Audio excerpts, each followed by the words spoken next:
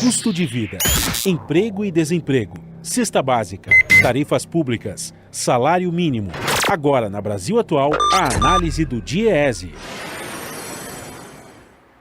E nós vamos fazer contato agora com o diretor técnico do DIEESE, Fausto Augusto Júnior. Bom dia, Fausto. Bom dia, Glauco. Bom dia a todos. Fausto, o IBGE divulgou na semana passada dados da PNAD Covid mostrando que o número de desempregados do Brasil já chegou a 14 milhões de pessoas. A taxa de desocupação ficou relativamente estável em relação à semana anterior, mas quando a gente faz a comparação com maio, Fausto, o número de desempregados cresceu 4,2 milhões. Como é que você analisa esses dados da PNAD Covid, Fausto? Bem, Glauco, essa PNAD Covid que foi divulgada semana passada, primeiro que ela é a última tomada que a gente vai ter semanal do IBGE. Acho que esse é um dado importante porque a partir de agora a gente vai acabar olhando para esse dado a cada mês e aí provavelmente as alterações, inclusive, sejam maiores de uma tomada para outra. Bem, o que a gente viu nada mais é do que algo que já vem sendo falado há algum tempo. A quantidade de pessoas desempregadas vem aumentando porque o número de pessoas que passa a procurar emprego e que está sem ocupação aumenta. A pesquisa tem a ver com a situação do sujeito em que, não estando ocupado, está em busca ativa. Conforme o isolamento vai diminuindo, cada vez mais isso vai se mostrando, mais pessoas se lançam ao mercado de trabalho e pressionam a taxa, então a taxa cresce. Mas isso não quer dizer que as pessoas já não estavam desempregadas ou que tenham perdido o seu emprego agora. Muito provavelmente, eles perderam o seu emprego, eles perderam a sua ocupação ao longo da pandemia. E neste processo agora, então, de retorno, eles voltam ao mercado de trabalho, voltam a buscar emprego. Para você ter uma ideia, hoje, a pesquisa está apontando que só cerca de 2 milhões e 200 mil pessoas estão ainda em isolamento nas grandes capitais aí no Brasil. Mais de 7 milhões e meio de pessoas já não estão cumprindo nenhum tipo de isolamento, o que indica, então, que cada vez mais você tem uma teórica normalidade do ponto de vista da reabertura aí dos postos, ou seja, da redução do isolamento social por conta da pandemia, apesar da pandemia não estar controlada, e aí, inevitavelmente, isso vai deixando mais claro para todos o que é e como está a taxa de desemprego no Brasil.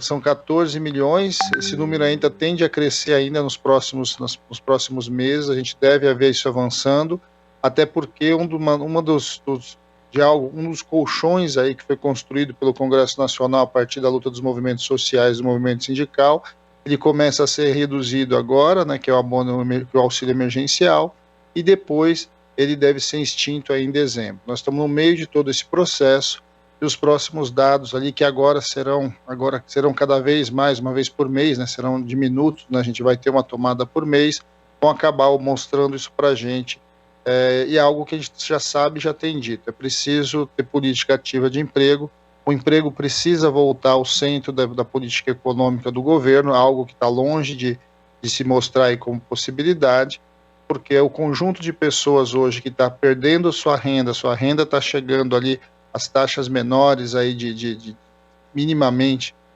vem crescendo, é algo que nos preocupa bastante para esse próximo período. Agora, como você mencionou, Fausto, não existe na prática hoje, por parte do governo, qualquer tipo de intenção de implementar uma política de incentivo ao emprego e o auxílio emergencial surgiu justamente dessa pressão, dessa mobilização da sociedade, de entidades sindicais, porque se fosse pelo governo, a gente sempre lembra aqui, ele seria de R$200, não seria de 600, hoje está em 300 após a redução. Mas, Fausto, você acredita também que essa questão da política de emprego vai ser a mesma coisa, só com mobilização da sociedade, das entidades de uma forma geral, da sociedade civil organizada, o governo vai implementar algum tipo de política voltada para a criação de emprego? O atual governo trabalha com a ideia de que a política para emprego é basicamente as reformas, né, o que a gente tem chamado aí de desconstruções do direito. A ideia de que reduzir os direitos trabalhistas, reduzir os direitos previdenciários, reduzir os direitos sociais são os caminhos para gerar mais novos postos de trabalho. Há uma tese de que o trabalho precário, esse trabalho informal, é que de fato tem que prevalecer e é com ele que o governo acredita que possa reduzir a taxa de desemprego. A gente sabe o que isso significa na prática. Na prática, isso significa, inclusive, menor arrecadação do Estado, de um lado, de outro lado, menor condições de trabalho e pior condições de trabalho e de renda para o conjunto da população, mas essa é a proposta e a aposta desse governo. Eles indicam aí o lançamento da tal carteira verde e amarela para reduzir cada vez mais os direitos trabalhistas, mas ao mesmo tempo que você não vê de fato é uma política ativa para puxar o crescimento econômico.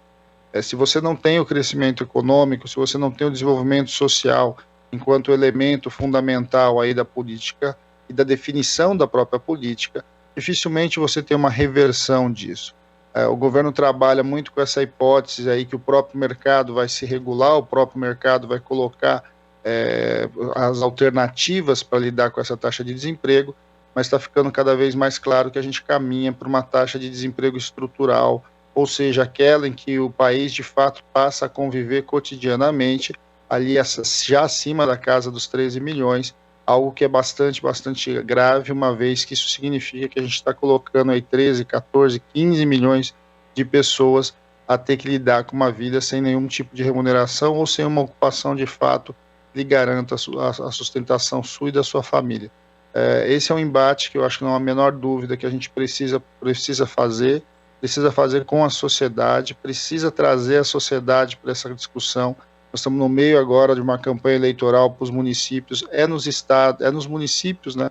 Ou seja, ali nas cidades, e a questão do desemprego se aparece, ele não é um número, ele é de fato as pessoas ali vivendo as suas dificuldades, e que nós temos que cobrar dos nossos candidatos.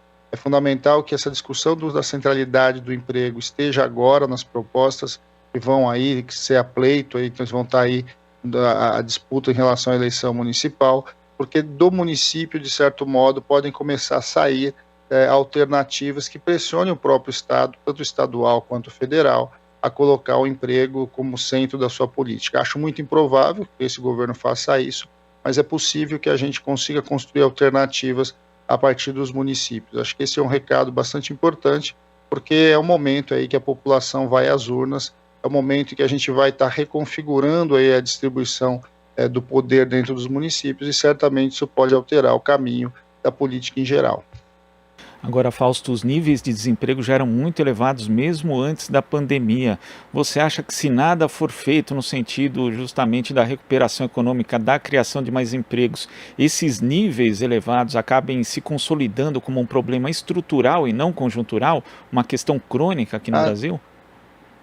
Não há a menor dúvida, já estava se consolidando um patamar de taxa de desemprego, Glauco, aqui no Brasil, acima da casa dos 12 milhões.